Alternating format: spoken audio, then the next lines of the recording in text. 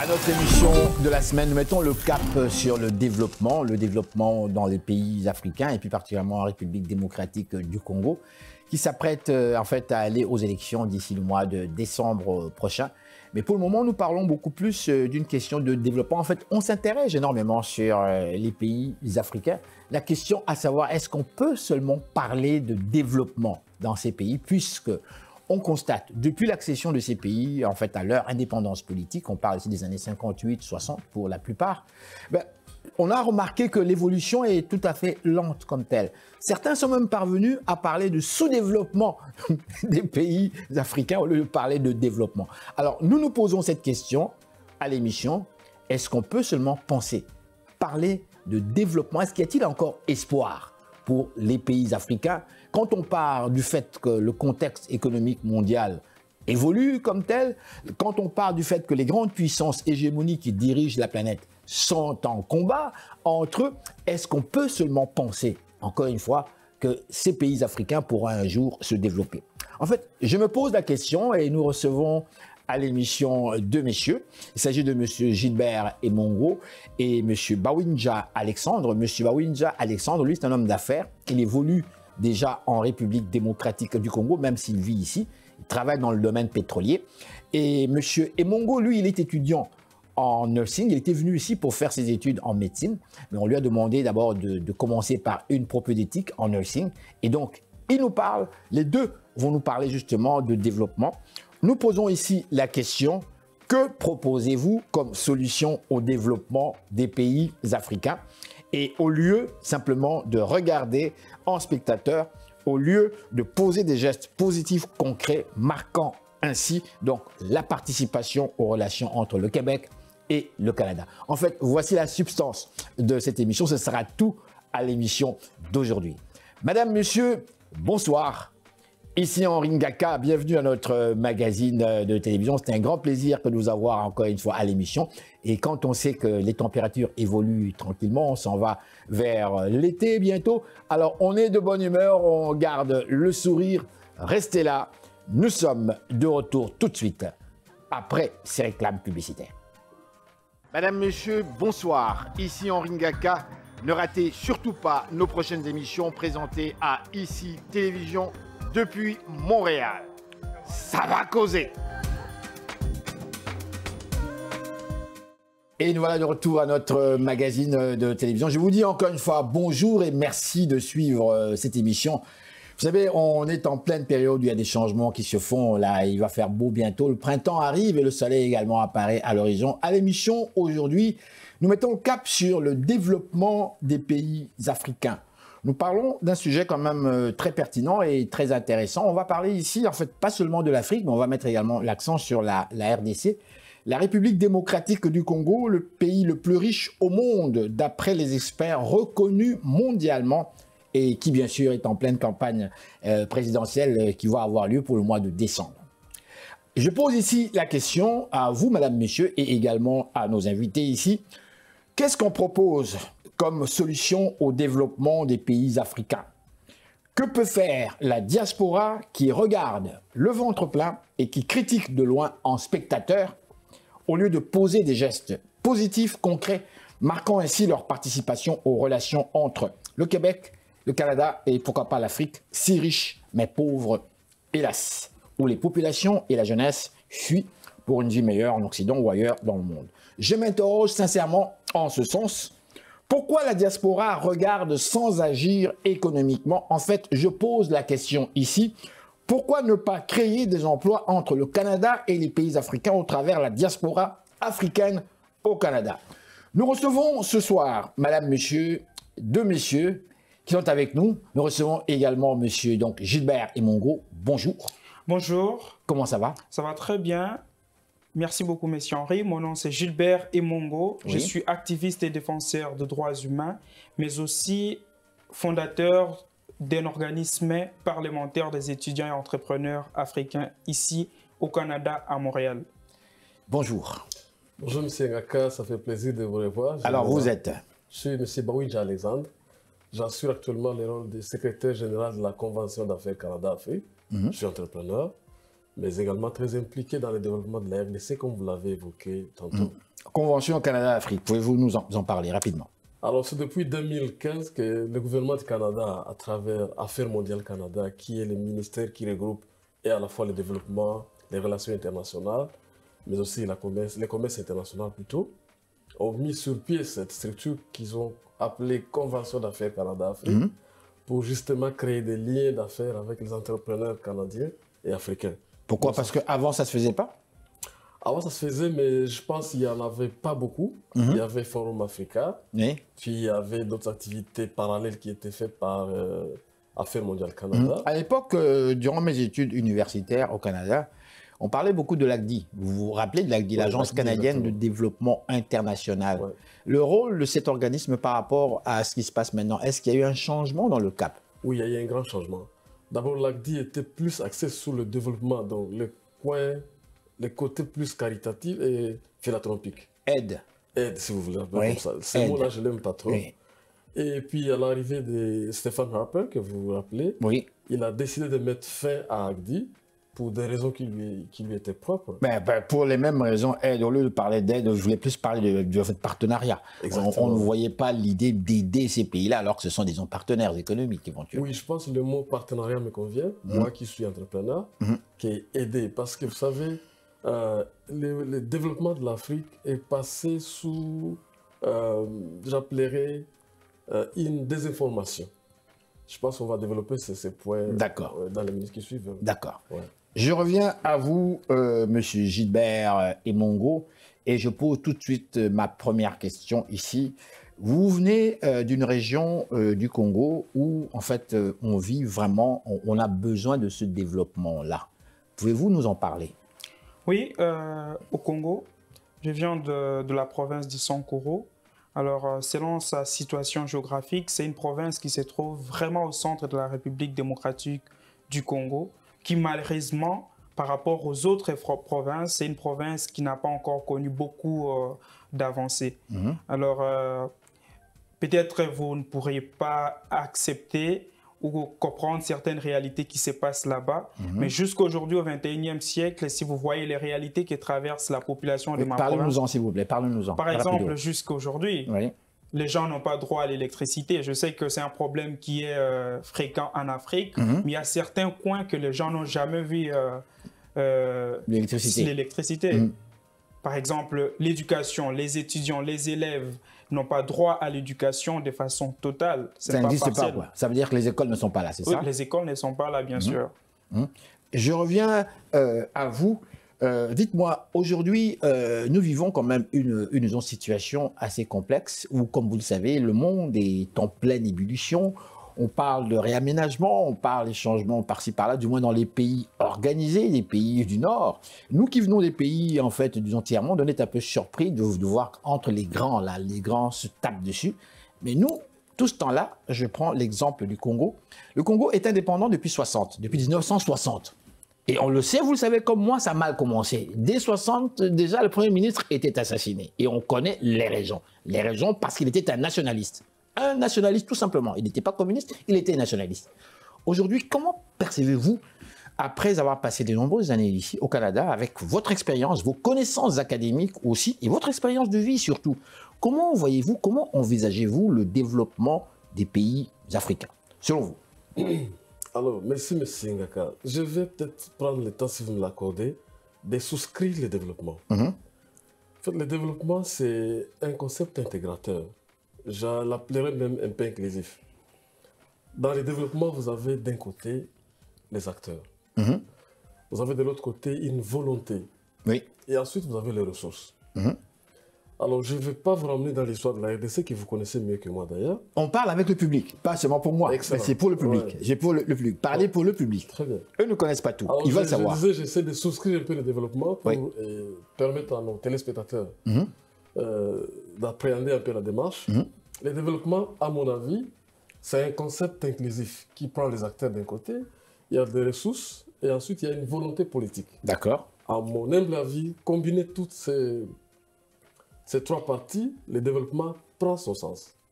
Pour les cas de la RDC, je ne vais pas parler au nom de l'Afrique, je vais parler spécifiquement de la RDC. D'accord, le cas que vous connaissez mieux, oui. Nous n'avons pas été chanceux comme les autres pays qui ont eu des colonies anglophone. Je vais m'expliquer. Allez-y. Pour nous qui ont été colonisés par les Belges, nous avons subi que j'appellerais ici une mauvaise orientation. D'abord sur le plan des acteurs. Les colons belges qui ont conçu sa politique chez nous ne voulaient pas intégrer les Congolais dans le développement de son pays. Nous en avons beaucoup de preuves. Moi, j'ai parcouru beaucoup d'ouvrages, des gens qui ont vraiment écrit sur la RDC. Vous pouvez imaginer que les Belges préféraient aller ramener les Togolais, les Haïtiens, pour assurer le rôle des administrateurs, au moment où les Congolais ne se limitaient qu'à un simple clerc qu'on appelait à l'époque. C'est-à-dire, on lui appelait... Commis, si vous voulez. Ouais. On lui appelait à taper à la machine, c'était tout. Moi, j'ai eu la chance de rencontrer un monsieur à Kisangani.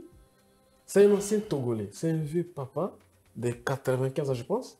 C'est un Togolais qui a été pris chez lui pour venir gérer les plantations des huileries vertes. Parce qu'on n'avait pas confiance aux Congolais et parce que le Congolais n'était pas formé finalement, c'est ça, pour faire ce travail. Oui, c'est là que j'ai remis sur la volonté. C'est-à-dire non seulement qu'il n'avait pas confiance, mais il ne voulait pas non plus intégrer les Congolais dans le développement de son pays. Je ramène ça à l'exemple des pays qui ont été colonisés par les anglo-saxons, où ils intégraient la population locale dans le processus de développement, notamment en les apportant une formation adéquate. D'accord, je ne vous interromps pas. Qu'en pensez-vous? Qu'en dites-vous? Oui, moi je pense que le plus grand problème lié au développement de l'Afrique en général et de notre pays, d'abord le fait que nous les Congolais, nous avons tendance à victimiser les autres. On ne se victimise pas soi-même, mais on victimise les autres. Donc par rapport au développement de la République... Que voulez-vous dire? Que voulez-vous dire par là, victimiser les autres? Victimiser, ça veut simplement dire ceci. Par rapport au développement de la République démocratique du Congo, il n'y a pas les anges d'un côté et les démons de l'autre côté. Nous sommes tous impliqués et nous sommes tous responsables du sous-développement de notre pays. Et moi, je pense que s'il faudra ici que l'on puisse parler de développement, nous devons arrêter ou quitter du stade de la victimisation pour passer au stade où nous devons poser des actions concrètes. M. Baoundji a parlé ici du fait que ce que j'ai retenu, en fait, le Congolais n'avait pas la formation académique pour assumer certaines responsabilités. La formation qui a été donnée aux Congolais, si je me rappelle bien, au niveau du secondaire, c'était 4 ans. 4 ans d'études moyennes, qu'ils appelaient les études moyennes, ça vous permettait d'avoir un diplôme qui vous permettait de très bien vous exprimer, d'écrire le français, de dactylographier et d'être en fait le commis du blanc de l'Occident belge. Donc on ne formait pas les gens nécessairement pour réfléchir, pour concevoir comme tel. D'où on a fait venir des étrangers, des Togolais, des Rwandais et d'autres qui sont venus occuper nos fonctions. C'est de bien cela. Est-ce que vous, selon vous, ça a été un problème réel ou bien c'est parce que le Congolais justement se victimise, qui ne veut pas absolument changer? On parle ici de mentalité. Moi, je pense que le problème, c'est d'abord l'homme congolais. Parce que... L'homme congolais, ça veut dire dans sa mentalité? Oui, dans sa mentalité. D'accord. Depuis que j'ai commencé ces combats sur le développement de l'Afrique, je prends toujours les changements de mentalité de l'homme congolais. Quand vous dites changement de mentalité, qu'est-ce que vous voulez dire par là? Ça veut dire que l'homme congolais doit comprendre que le développement de son pays doit venir par lui. Le développement ne va pas venir de l'extérieur. D'accord. Alors, je vais rebondir peut-être au premier point là où j'ai commencé. Oui. Ça veut dire j'ai pris le temps de ramener un peu l'histoire derrière pour évoquer l'élément, à mon avis, central qui a retardé notre développement. Alors, s'il faut parler de victimisation, qui a retardé le développement d'abord de la RDC, dès le départ. Quel est cet élément-là? C'est l'élément des ressources. Ressources humaines, ou on parle d'exemple de ressources, ok, d'accord. Ressources humaines, c'est-à-dire que nous n'avons pas eu la formation adéquate. Ça, c'était un raté. Et je ne vais pas mettre ça sous le dos des colons, mais je pense, sans pouvoir me tromper, qu'il y avait une volonté manifeste de ne pas former les Congolais. Alors, si je veux me rabattre sur la période actuelle, où les choses ont changé. Les Congolais ont pris conscience qu'il n'y a qu'eux qui vont développer leur pays. Oui. C'est la période à laquelle nous sommes actuellement. Donc, ça veut dire que lorsque monsieur parle ici de changement de mentalité comme tel, quelque part, ça ne correspond pas exactement à ce que nous voulions. Parce que quand on parle de mentalité, et je reviens sur vous, que voulez-vous dire exactement? Pourquoi changer les mentalités? Puisque lorsqu'on regarde notre histoire, il y a de nombreux Haïtiens, de nombreux Guadeloupéens, des Jamaïcains qui vont vous dire, mais nous, l'homme noir, on nous a totalement transformés déjà. Quand on parle de l'esclavagisme, déjà là, on était totalement transformés. Quand on parle du noir d'aujourd'hui, il est complètement transformé. Quand on regarde l'Africain, c'est la même chose. Sur le continent, nous avons des musulmans, nous avons des chrétiens, nous avons des protestants, on nous a tout emmené chez nous comme tel. Donc, on n'est plus vraiment ce qu'on peut appeler authentique. Je ne sais pas ce que vous en dites, vous. Maintenant, vous nous parlez de changer de mentalité. Que voulez-vous dire par là? Est-ce que nous sommes si mauvais que ça? Nos mentalités sont en fait si mauvaises que ça ou quoi? C'est une très très belle question, Monsieur Henri. S'il faudra que je puisse répondre à cette question. Quand quelqu'un, par exemple, aujourd'hui, nous avons étudié. Oui. Je viens dans ces pays, j'acquiesce les informations par rapport au savoir-faire, savoir-agir. Et je reste ici au Canada tant que mon pays a besoin de moi. Oui. Est-ce qu'avec cette mentalité, on peut développer quelque chose? Et vous proposez que la personne, à la fin de ses études, rentre au pays? Normalement, moi, je propose ceci. Oui. La diaspora congolaise qui se trouve ici, même pas un retour final ou un retour définitif au pays, mais la diaspora doit apprendre qu'elle a aussi les engagements vis-à-vis du pays. Parce que nous, quand nous venons ici au Canada en tant qu'étudiants, nous venons étudier, on nous donne les visas d'études pour venir acquérir les informations et aller développer chez nous. Mais quand nous, dans notre mentalité, nous pensons que seuls les politiciens vont développer. Est-ce que pays? C'est ça. Donc, selon vous, à bien vous suivre, en fait, les gens de la diaspora, les membres de la diaspora sont responsables, ils doivent quelque part participer, contribuer au développement de leur pays en retournant chez eux et non pas en restant travailler ici. C'est de bien cela dont vous parlez. Exactement. Qu'est-ce que vous en dites? Alors, moi, j'irais peut-être à dire qu'actuellement, il y a une nouvelle dynamique qui s'inscrit dans la vie de la diaspora africaine, principalement et congolaise en particulier. C'est cette volonté d'aller changer les choses. Moi, je suis de cette catégorie de gens. Cette volonté d'aller changer les choses sur place au pays. Comment? Alors, rapidement, j'ai évoqué ici un problème de ressources. Vous voulez parler de changement, M. Ngaka, mais même s'il y a une diaspora active qui veut aller s'implanter au pays, ça prend une ressource là-bas, ça prend une main-d'œuvre qualifiée. Vous êtes d'accord avec moi? D'accord, oui, bien sûr. Et ça, c'est un gap que nous sommes en train de travailler là-dessus. Moi, je suis de ceux-là qui nous organisons des séminaires actuellement à Kinshasa, dans les Bas-Congo, ou même à Goma, pour essayer de remonter un peu le niveau de certains de nos employés. Et je pense que c'est quelque chose qui manquait. Parce que je donne un exemple où il y a une entreprise pétrolière qui voulait aller travailler avec nous à Mwanda, mais nous étions obligés d'aller recruter des techniciens en Afrique du Sud parce qu'il n'y en avait pas sur le marché local. Donc, pourquoi j'insiste sur le fait que les ressources constituent, à mon avis, l'élément moteur pour booster le développement? Parce que peu importe les volontés qui peuvent être, que ce soit au niveau de la diaspora ou des investisseurs étrangers, mais si localement ils ne sont pas en mesure de trouver les ressources nécessaires, je parle des ressources humaines, ils seront butés à cette difficulté qui va rétablir leur implantation. Moi, j'ai vécu ça personnellement à Mwanda, où nous avons un contrat avec Socir Mwanda. Nous sommes dans la gestion des déchets pétroliers. Oui. Et nous avons connu sincèrement un souci pour recruter des techniciens locaux. Bien. Vous parlez de la Socir, n'est-ce pas? Cette entreprise qui a été créée, je dirais, dans les années 60, même 60 et quelques. En fait, c'est mon oncle qui l'a dirigée. Ah oui. Tona Pierre. Ah oui? Oui, monsieur. Et justement, il y avait des techniciens à cette époque-là. Si je me rappelle, ils étaient associés avec des Italiens. Oui, exactement. Si j'ai bonne mémoire, avec des Italiens. Et il y avait des Congolais qui travaillaient là. Congolais, oui. Alors, comment vous m'expliquez qu'ils ne sont plus là? Ils ont quitté le pays? Ils sont tous partis à l'étranger? Vous avez déjà la réponse. Alors, la Socir, si je prends l'exemple de la Socir a connu des cycles de développement. Depuis l'époque belge, ensuite, les Italiens sont venus donner un coup de main, puis c'était les Australiens, ensuite les Américains sont passés aussi. Donc tout le monde est passé là finalement? Exactement, oui. Malheureusement pour nous, du côté congolais, il n'y avait pas eu cette volonté de mise à niveau, ou si vous voulez, de relever les anciens techniciens. Nous, quand nous sommes arrivés à la Socir, parce qu'ils sont en plein processus de réforme, le gouvernement congolais a émis une volonté et aussi un financement pour appuyer ce que nous apportons déjà, nous avons été obligés de retarder notre programme pour d'abord former. Former, la formation. La formation. Ça nous a pris 6 mois. Et là, c'est juste un élément que j'essaie de soulever ici.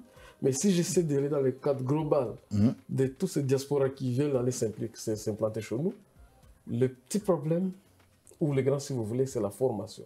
La main-d'œuvre qui accueille l'expertise que nous apportons ici. D'accord. Je reviens à vous, monsieur Emongo, lorsque vous dites changement de mentalité, lorsque vous vous interrogez même, comment se fait-il que l'étudiant qui vient ici préfère rester ici? Et d'ailleurs, je vous ferai remarquer que ce n'est pas seulement les Congolais, c'est pratiquement presque tous les Africains. À l'époque, nous étions étudiants à l'Université du Québec, peut-être à l'Université de Montréal aussi. Il y avait quelques étudiants africains qui étaient là, Camerounais, Gabonais, quelque peu de Congolais, et beaucoup rentraient. Beaucoup chez les Gabonais, ils rentraient chez eux. Les Ivoiriens qui avaient quelques bourses, on les voyait partir chez eux après leurs études. Nous, les Congolais, après les études, on tournait un peu en rond, on se posait la question, est-ce qu'on rentre ou on ne rentre pas? Mais ce qui est assez marrant, aujourd'hui, presque tout le monde reste. On a remarqué que les Ivoiriens aussi restent, les Gabonais aussi restent, les Sénégalais restent, pratiquement tout le monde. Alors lorsque vous dites que l'étudiant qui vient ici, il doit absolument rentrer au pays. J'aimerais bien comprendre un peu plus votre point de vue par rapport à cette question, parce qu'on parle ici de réalité concrète, on parle ici d'une diaspora qui quitte le continent pour des raisons économiques et politiques. Ok. Alors, avant que je ne puisse répondre à cette question, nous, quand nous venons ici d'abord étudier en tant qu'étudiants, la première question qui se pose, c'est pourquoi? Parce que nous avons aussi des infrastructures au pays. Oui. Moi, j'étudie à l'université de Kinshasa. Nous avons des beaux bâtiments, nous avons tout. Oui. Mais qu'est-ce que nous venons chercher ici? Oui.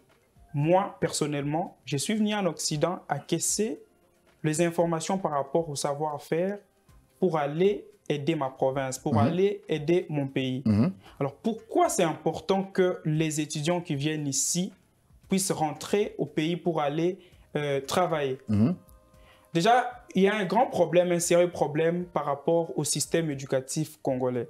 Et nous qui bénéficions d'un bon système éducatif ici en Occident, nous sommes plus que qualifiés pour aller occuper de bonnes fonctions et soulever l'économie de notre pays. Pourquoi je dis ça? Pourquoi je dis qu'il y a des failles au niveau du système éducatif congolais?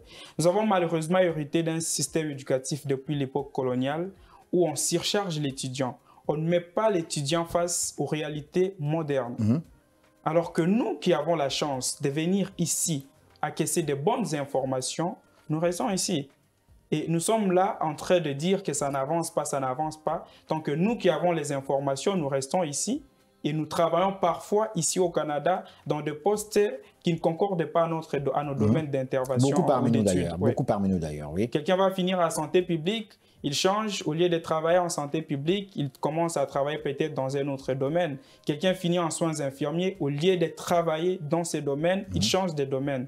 Tant qu'en Afrique, en République démocratique du Congo, nous avons besoin d'une bonne classe. Nous avons besoin de gens qui sont suffisamment formés. Alors, parlant de changement de mentalité, pourquoi nous restons ici? Et pourquoi moi, je veux que l'homme congolais puisse changer d'abord sa façon de voir les choses? Oui. Pour un homme congolais, quand il accède au pouvoir avec toute sa famille. Ce qui fait en sorte que les gens qui étudient ici, ils se retrouvent à face de la réalité, ils se disent « mieux vaut travailler ici parce que je serai bien payé, je n'aurai pas de salaire impayé et puisque je dois aider ma famille, au lieu de rentrer au Congo pour aller travailler pour qu'on ne me paye pas, je préfère rester ici et je travaille légalement et on me paye et j'aide ma famille correctement. » Donc l'homme congolais doit comprendre que quand quelqu'un a étudié, il mérite une responsabilité. On doit donner à cette personne-là ces tâches au lieu de donner à un membre de la famille qui n'a pas étudié ou qui n'est pas suffisamment préparé pour accéder à ces postes. Vous êtes d'accord? Madame, Monsieur, bonsoir. Ici Henri Ngaka. Ne ratez surtout pas nos prochaines émissions présentées à ICI Télévision depuis Montréal. Ça va causer. Sur ce point de vue, est-ce que c'est vraiment toujours le cas? Oui, alors le temps fait défaut malheureusement. Sinon, j'avais beaucoup d'éléments à développer autour de ces concepts, qui est intéressant d'ailleurs. Synthétiser, on peut quand même synthétiser. Alors, en un mot, à mon avis, je dirais qu'actuellement, le défi est à tous les niveaux. Si je prends le cas de la RDC, l'actuel gouvernement de son Excellence Félix Antoine Tshisekedi émet un signal fort de volonté de changer les choses. Vous l'avez réellement senti? Exactement. Oui, vous l'avez réellement senti? Moi, personnellement. Malgré les critiques, malgré ce qu'on dit, il y a plein de critiques oui, négatives. Les critiques ne manqueront toujours pas. Bien sûr. Mais moi qui ai occupé un poste intéressant ici, j'ai beaucoup travaillé chez Desjardins, j'étais dans beaucoup de choses. Oui, comme? Puis mon entreprise a bien fonctionné ici. Oui, oui. Et là, je décide de débrancher tout ça pour aller m'installer au Congo, ce qui n'est pas facile pour tout le monde, je vais vous le dire en passant.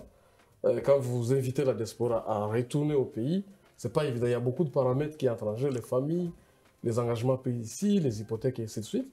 Alors nous qui sommes déjà sur ce chemin de retour, nous sommes le fruit de cette volonté, la dynamique que j'ai évoquée précédemment. Vous sentez-vous accepté? Oui. Sentez-vous que vos projets sont pertinents oui. pour les milieux intellectuels, pour l'intelligentsia qui est là? Il y a cette volonté déjà au Congo où les gens ont hâte de voir les changements. Vous savez, nous avons perdu 20 ans, presque toute une génération avec le gouvernement passé qui se sont en tout cas investis dans l'héritage du pays, le bradage des ressources et ainsi de suite. Alors, quand nous arrivons à Kinshasa ou au Congo, vous sentez qu'il y a une volonté, tout le monde veut changer, tout le monde veut embarquer. Et ça, c'est ce qui nous encourage, nous, qui sommes déjà installés ici, avec nos familles, et puis débrancher tout ça, aller encore nous réinstaller au Congo. C'est un processus qui n'est pas facile. Moi, je prends mon cas personnellement. Quand vous avez un poste ici qui vous paye déjà très bien, et quelqu'un vous dit d'aller retourner au Congo, comme il a dit tantôt, vous imaginez qui sera ma vie, quand est-ce que je serai payé, qu'est-ce que je vais devenir là-bas, laisser tout ça. Donc, vais-je mourir là-bas à un moment donné? Mourir, c'est trop fort, mais vous imaginez les standings que vous occupiez déjà ici, vous n'aurez pas certainement chez nous au pays. Donc, moi, je pense que le moment est arrivé où je vais lancer un appel. Oui, allez-y. Parce qu'il y a aussi un sentiment de peur. Les gens qui sont ici, ils ont fait 20 ans, ils ont peur de laisser son poste et aller recommencer la vie à Kinshasa. Mais dites-moi, je vais passer la parole à M. Imongo aussi. Est-il nécessaire d'être extrémiste? Est-il nécessaire d'être radical? Vous le soulignez ici après 20 ans. Dans mon cas, plus de 40 ans au Canada. Je suis arrivé en 73. Doit-on tout abandonner ici et se dire, voilà, moi, je retourne chez nous et puis je refais ma vie? Est-ce que ce n'est pas radical? Est-ce qu'on ne peut pas faire les deux? Je donne un exemple. Il y a de nombreux hommes d'affaires canadiens, québécois, blancs, qui font des affaires dans le monde, en Afrique, partout. Ils sont ici, ils vivent ici, ils voyagent de temps en temps, mais ils vivent ici, carrément. Est-il nécessaire de rentrer définitivement vivre dans nos pays quand on est habitué, quand nos enfants sont nés ici, sont habitués, c'est leur vie. Eux sont chez eux ici, et ils sont chez eux ici. Là-bas, c'est carrément l'étranger. Qu'est-ce que vous dites à cela? Déjà, moi, je ne dirais pas que la diaspora puisse rentrer avec sa famille de façon définitive en Afrique, non. Nous, ce que nous voulons, c'est le développement de l'Afrique. Et on peut habiter ici au Canada, mais que les actions soient posées aussi en Afrique. Donc, nous n'imposons pas à la diaspora congolaise de rentrer de façon définitive. Mais nous proposons à la diaspora congolaise de poser des actions concrètes et fréquentes en Afrique, en République démocratique du Congo, mais pas de façon définitive, non. Dites-moi, pensez-vous que c'est possible de réaliser des projets quand on est à l'étranger sans nécessairement rentrer? Dans votre cas, vous avez fait l'effort de dire, moi j'y vais. J'y vais. Pourquoi vous l'avez fait? Oui, M. Ngaka. Tout part de la volonté d'abord, et ensuite l'esprit que vous avez. Nous qui avons l'esprit entrepreneurial, nous réfléchissons différemment des amis qui ont déjà des contrats stables, qui sont stables ici. Mais je vais plutôt revenir pour une minute à ce que vous avez évoqué tantôt. Est-ce qu'il faut tout déconnecter ici et aller là-bas? La réponse est non. Moi, dans mon cas, j'ai pris beaucoup d'éléments pour décider de faire au moins l'équilibre entre les deux. Exactement. Donc, je fais 3 mois à Montréal et je fais 6 mois ou 4 mois à Kinshasa. Je suis dans le Mwanda et puis dans les provinces. Donc, vous êtes piqué par les moustiques et consorts. Votre corps s'adapte sans problème. Oui, ça dit, j'essaie de réformer un peu mon esprit et puis me dire, voilà, à Kinshasa, ce n'est pas les mêmes conditions qu'à Montréal. Et quand vous allez encore plus loin en province, c'est encore pire. Mais c'est question de préparation d'esprit. Donc si vous êtes chez vous à Montréal, vous décidez de vous engager sur le chemin de retour, et puis vous évaluez votre situation personnelle, parce que ça dépend de chacun, je vais dire ça ici, et puis des intérêts aussi. Moi, je vais dire tout haut ici, que je gagne bien là-bas que comme j'étais ici. Vous gagnez plus là-bas qu'ici? Oui, c'est ça. Ah oui? Ouais. Ah bon? Ouais, j'ai une entreprise ici, mais quand je fais le parallèle de ce que j'ai fait au Congo, non, il n'y a pas de comparaison. Je suis curieux. Sincèrement, je suis curieux. Les amis nous sommes curieux. Vous dites, vous gagnez combien là-bas? Je parle de l'entreprise, la rentabilité et puis les contrats que je ramasse là-bas. Là-bas, on parle de combien? On parle de millions de millions. Ça dépend du domaine que vous avez. D'accord, mais vous, je parle de vous. Ne parlez pas de moi, je parle de vous. Vous parlez de vous. Vous parlez de quoi? Moi, personnellement, je vais peut-être comparer mon entreprise d'ici à Montréal. Oui. Il y a 5 dernières années. Oui. Et là, je reprends la même entreprise que j'implante progressivement au Congo. Oui. Donc, en termes de profit, nous parlons de quoi? Non, en termes de profit, c'est même pas... D'accord, mais vous ne voulez pas me dire. On parle de millions et vous êtes un millionnaire là où vous êtes assis là. Oui, donc c'est un élément en plus qu'il faut ajouter aux amis qui hésitent à prendre le chemin de retour. Et je peux leur garantir qu'au Congo actuellement, la volonté, elle est là. Certainement que vous n'allez pas rencontrer tout le pot de rose sur votre chemin. Mais l'idée, c'est d'y aller essayer, pas écouter. Arriver sur place, implanter votre entreprise. Pour ceux qui sont les entrepreneurs. Et c'est pas tellement évident de venir avec un CV garni, j'ai fait ci à Montréal, et arriver à Kinshasa, que vous allez vous retrouver dans un cabinet. C'est pas évident ça. Non. Donc ce qui fonctionne, je prends les cas et l'exemple des amis, c'est vraiment venir avec un concept ici, puis le développer là-bas. Le développer là-bas, oui. Ça paye. Monsieur Emongo, vous êtes étudiant en nursing. Initialement, vous avez fait vos études en médecine à l'université de Kinshasa. Je pense que vous étiez arrivé au niveau de la licence, si je ne m'abuse, n'est-ce pas? Et arrivé ici, on ne vous a pas accepté en médecine. Et donc, on vous a suggéré le nursing, n'est-ce pas? Sciences santé pour finalement travailler comme infirmier à la fin de vos études universitaires. Quel est votre sentiment? Bon, moi, sincèrement, quand je suis arrivé, on n'a pas accepté que je puisse faire directement la médecine. On m'a demandé de commencer d'abord en soins infirmiers. En fait, on vous a proposé une propédeutique, n'est-ce pas? On m'a proposé. Je ne me suis pas senti à l'aise parce que nous avons fait des études et ce sont les mêmes ouvrages qu'on enseigne ici, qu'on apprend aussi en République démocratique du Congo. Vous parlez ici de la médecine. Ce sont les mêmes ouvrages, c'est ça? Ce sont les mêmes ouvrages, oui, bien sûr. Alors, pour moi, je ne me suis pas senti à l'aise quand on m'a dit ça. Mais au fil du temps, je leur ai donné raison. Et pourquoi? Pourquoi? Parce que le système éducatif congolais est très loin de s'adapter au contexte moderne. Quand vous dites très loin de s'adapter, qu'est-ce que vous voulez dire concrètement? Nous parlons français ici. Est-ce qu'il est mauvais? C'est ça? Pas qu'il est mauvais, mais c'est un système qui surcharge beaucoup d'étudiants. Vous l'avez dit tout à l'heure, justement, j'aimerais saisir. Surcharger l'étudiant, ça veut dire des cours inutiles en trop? Exactement. Au niveau de la médecine, c'est ça? Ça veut dire on peut vous donner des cours de philosophie, c'est ça? Exactement. Imagine, je suis en médecine. Oui. Tu me donnes les cours de philosophie, tu me donnes les cours de logique. Donc, avant que je n'accède à la faculté de médecine, j'ai passé un concours et j'ai eu à passer ces examens. Justement, quand on me pose des questions en philosophie, en français, en logique, avant d'accéder à la faculté. Est-ce que croyez-vous que c'est pertinent, ces questions-là? Quand on parle de philosophie, est-ce qu'un médecin, quelque part, n'est pas seulement un scientifique, n'est pas seulement quelqu'un qui est pratique, c'est pas quelqu'un qui en réfléchit aussi? Ça ne prend pas des très grandes théories pour lui permettre de pouvoir comprendre certains éléments qu'il va appréhender un peu plus tard dans ses cours techniques? Sincèrement, M. Henry, en tout cas en médecine, je ne vois pas l'importance de ces cours. Surtout qu'en 6e, nous étudions ces cours. Alors, les cours où les études doivent être complémentaires.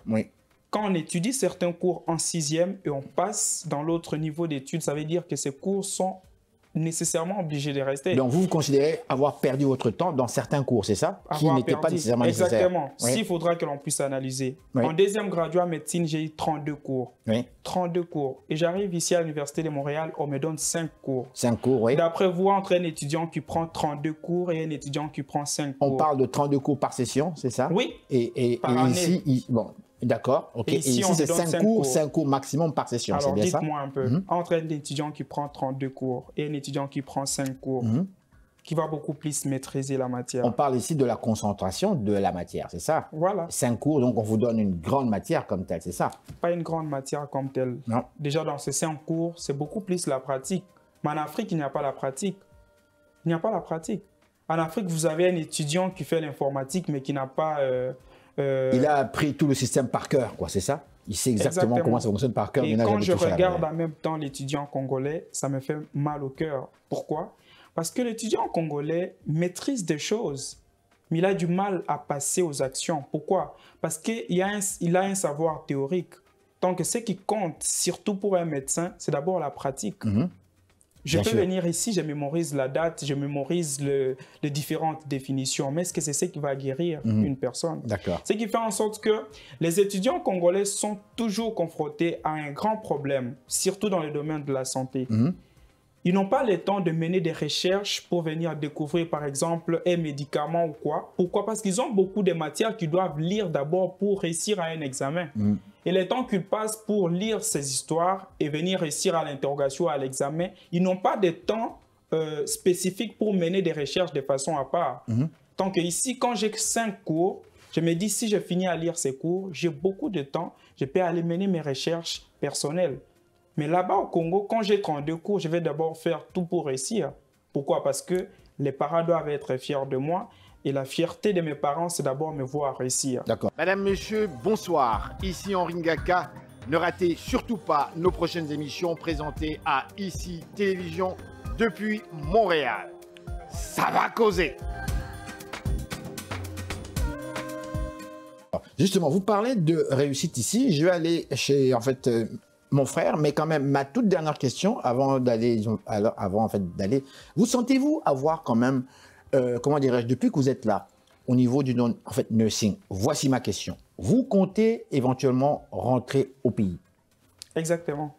Comment est-ce que les infirmiers au Congo, puisqu'on parle ici de main-d'œuvre, sont-ils considérés? Vous sentez-vous considéré comme infirmier lorsque vous travaillez dans un hôpital congolais au Congo? On parlait de main-d'œuvre. Déjà, moi, quand je rentre au Congo, je ne pars pas d'abord travailler en tant qu'infirmier parce que la réponse à cette question, les infirmiers ne sont pas considérés. Et pourquoi? Même les médecins ne sont pas vraiment considérés. Et pourquoi? C'est parce que la conception de choses au Congo, on a tendance à beaucoup plus valoriser un seul domaine qui est la politique. C'est ça. Et on néglige d'autres domaines qui sont hyper importants. Quand tu ne fais pas la politique, c'est pourquoi vous voyez au Congo actuellement, nous avons les élections au mois de décembre. Si vous regardez, c'est presque tous les jeunes qui ont besoin d'être politiciens, qui ont besoin d'être députés. Pourquoi? Parce qu'ils estiment que dans d'autres domaines d'études, ces domaines ne sont pas rentables, les gens ne sont pas respectés. Donc vous, une fois votre formation terminée ici à Montréal, vous allez vous diriger vers la politique, n'est-ce pas, si vous voulez évoluer? Je ne me dirige pas vers la politique, mais je vais faire comprendre à mon pays qu'on peut changer les choses en étant en dehors de la politique. Et nous, en tant que jeunes, nous devons prendre les choses à main. Et les politiciens, voilà pourquoi ici, je lance même un appel à la diaspora. Moi, quand j'ai pris l'avion pour venir ici au Canada, arrivé en Éthiopie, on a dit c'est un Congolais. Quand j'arrive au Canada, on m'appelle un Africain. Ça veut dire que quoi qu'il arrive, même si je change de nationalité, mes origines restent toujours du Congo. Et nous devons comprendre cela. Et nous devons savoir que c'est nous qui sommes obligés de changer les choses dans notre pays. Pourquoi pas? Tellement comme nous avons beaucoup d'informations, nous avons étudié, nous avons le nouveau ambassadeur, M. Joska Kabongongoï. Il est prêt à collaborer avec la diaspora. Qu'est-ce qui manque à la diaspora qui est bien instruite ici, qui a beaucoup d'informations ici? Au lieu que l'on puisse commencer seulement à critiquer les régimes, au lieu que l'on puisse rester seulement en train de victimiser, d'insulter, de voir là où ça ne marche pas, moi je proposerais qu'il y ait un espace de concertation entre la diaspora et les gouvernements en place. Je m'explique. L'ambassadeur est là, les ministres sont là, ils sont au service de la population. C'est ce que les gens ne doivent pas oublier. Nous ne sommes pas en train de chercher un service chez ces gens-là. Ils travaillent pour nous. Justement, je vais juste vous interrompre. Je vais aller chez mon frère ici.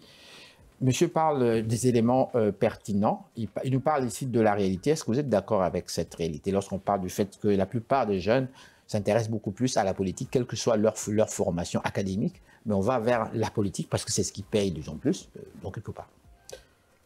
Alors, moi, je dirais qu'actuellement au Congo, je l'ai remarqué, comme il vient de l'évoquer tantôt, qu'il y a une tendance à croire que c'est en politique qu'il y a la vie. Je l'ai remarqué aussi à Kinshasa. Mais je pense qu'il y a un élément à considérer dans cette vague de jeunes qui s'en vont vers la politique.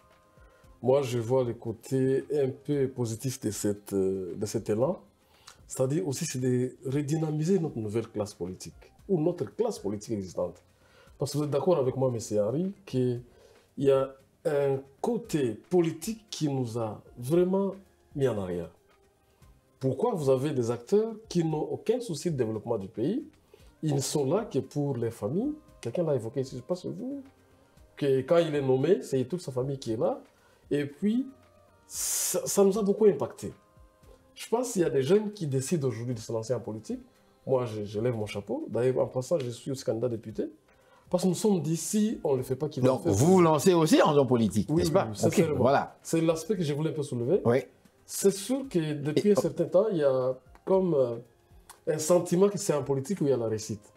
Mais ce qui nous concerne, nous, moi je parle de moi personnellement, je suis animé plutôt d'un sentiment de vraiment balayer cette classe politique, la vieille que vous connaissez, oui. qui ne nous apporte plus rien. Croyez-vous que c'est possible? Oui, c'est possible. Oui. Alors je vais peut-être aller rapidement à des éléments. Le premier élément, c'est qu'il y a une nouvelle génération qui arrive au Congo, qui a cette volonté de changer les choses. Je fais partie de cette génération. Et pour aller au niveau du changement, il faut qu'il y ait une volonté commune. Il faut que les gens s'inscrivent dans cette volonté d'aller de l'avant, de faire des choses autrement. C'est ça notre volonté. Moi, je parle de mon cas.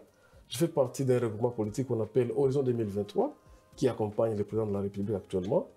Et nous venons pas pour les postes d'être députés ou quoi, mais c'est vraiment pour être au cœur du changement qui se lit sous les visages de tout le monde. Vous imaginez, peu importe les efforts que la diaspora peut faire, les efforts que les investisseurs peuvent amener chez nous, mais si la politique chez nous reste la même, il n'y aura pas ces changements. Donc, en parlant de développement, nous avons beaucoup de paliers qu'il faut aller faire. La politique, nous devons renouveler la classe. Les ressources humaines, nous devons former les gens. Et bien sûr, apporter les capitaux, c'est ce que nous faisons actuellement, M. Ngaka. Donc, il y a vraiment du travail à tous les niveaux. Je vais rebondir sur la formation ici, dont je me sens privilégié d'avoir passé à l'Université de Montréal, où il est actuellement. Je suis arrivé à l'Université de Montréal avec un diplôme de master en santé publique de l'Université Senghor d'Alexandrie. Donc, je suis passé par le même cheminement. Je suis venu pour faire un PhD en santé publique, mais ils m'ont dit non, tu passes par un an, ensuite tu refais la propédeutique donc. Exactement. Tu refais une maîtrise chez nous pour passer... Pour accéder au niveau du doctorat. Exactement.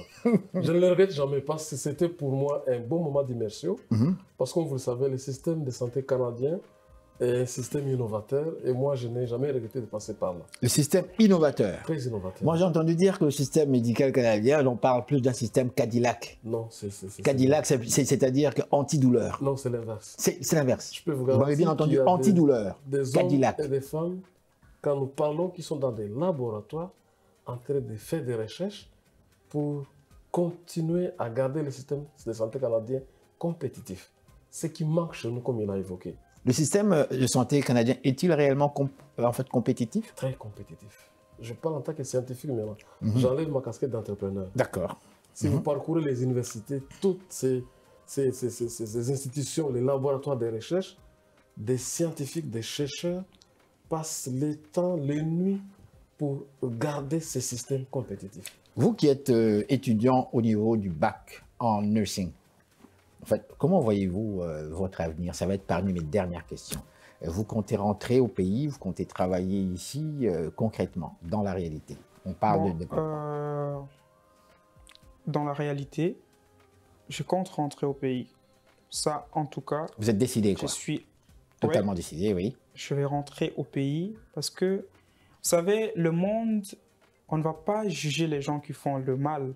On va commencer à juger les gens qui voient les gens faire le mal sans agir. Et moi, je pense et j'estime que nous, je ne suis pas celui qui vient changer tout, mais je fais partie de ces gens-là qui doivent changer les choses dans mon pays. Donc, à la fin de mes études, oui, je vais rentrer au Congo pour aller travailler pour les biens de la population congolaise. D'accord. Ma toute dernière question vous concernant, on parle de développement, un concept absolument très très large. Pensez-vous réellement que les pays africains, et là je vous pose la question dans l'ensemble, ma dernière question, est-ce un rêve ou bien une illusion? Est-ce qu'on peut encore penser réellement quand on voit cet écart, cette marge qui sépare les pays du tiers-monde ainsi que les pays riches?